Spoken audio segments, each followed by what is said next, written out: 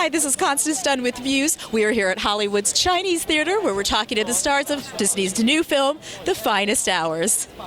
You had to play like the heavy in this. You had to play a man with a lot of resolution who had to make tough decisions. What was that like for you? It was fun sending these guys to the water tank. Yeah.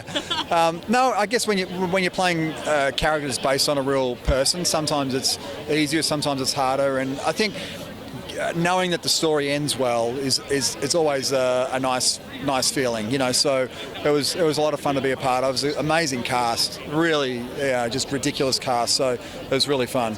I get the idea this was a very, very fun shoot for you. And what are some kind of just fun memories of being on the Cape and being with all these dudes?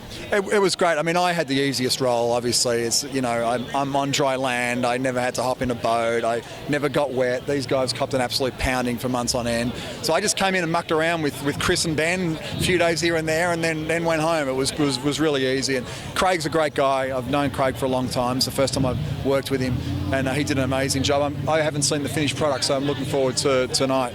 So, were you really excited about the possibility of filming on the Cape?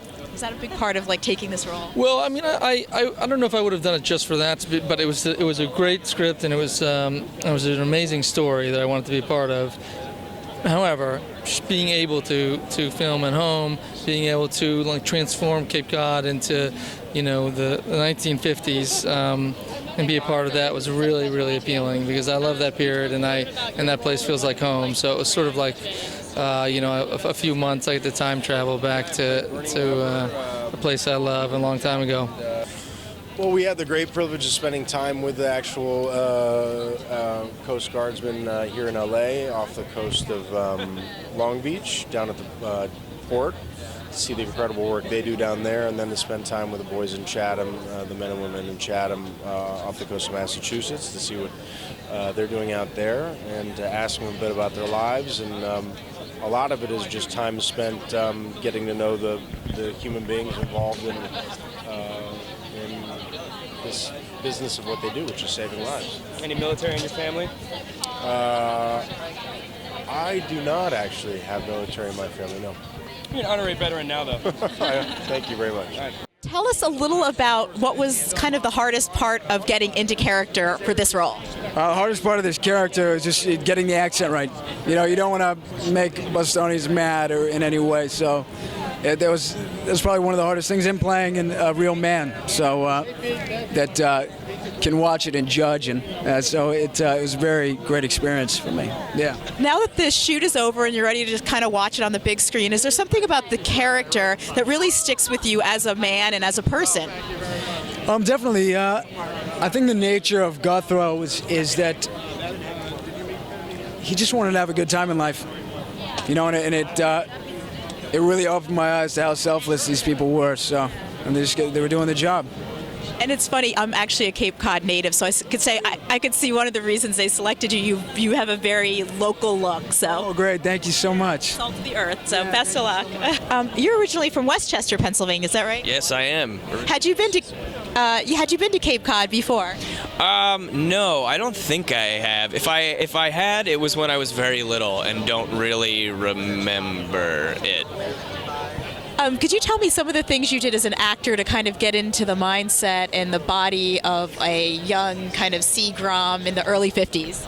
Well, you know, I was really fortunate where I actually got to talk to Andy. Andy's still alive. The character I play is still alive. So I recorded our conversation, which is about an hour and a half, and would really go over that. You know, there was the book. You also got to go meet some of the old coasties and talk to all those guys and just kind of hang out, and just get sort of that vibe and get to know these guys, and you know, you hang out with the guys, and you build up a camaraderie, and you know, you learn to work as a team, and it just all sort of started coming together.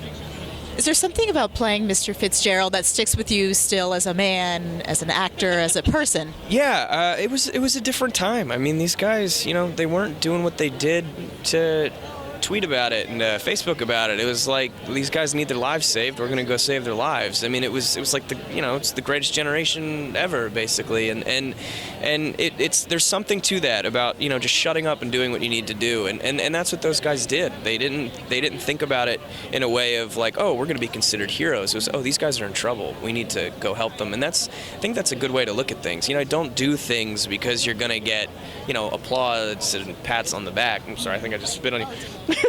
Or get somebody to pat you on the back. You do it because it's right. I think it's probably a very good message right now, especially socially, and also to depict regular quote-unquote people in acts of heroism.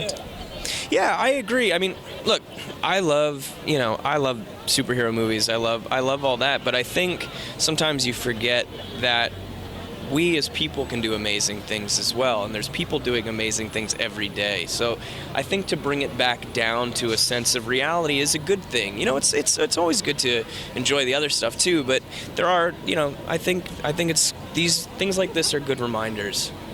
Thanks for joining us. Don't forget to follow us at SoCal MUSE.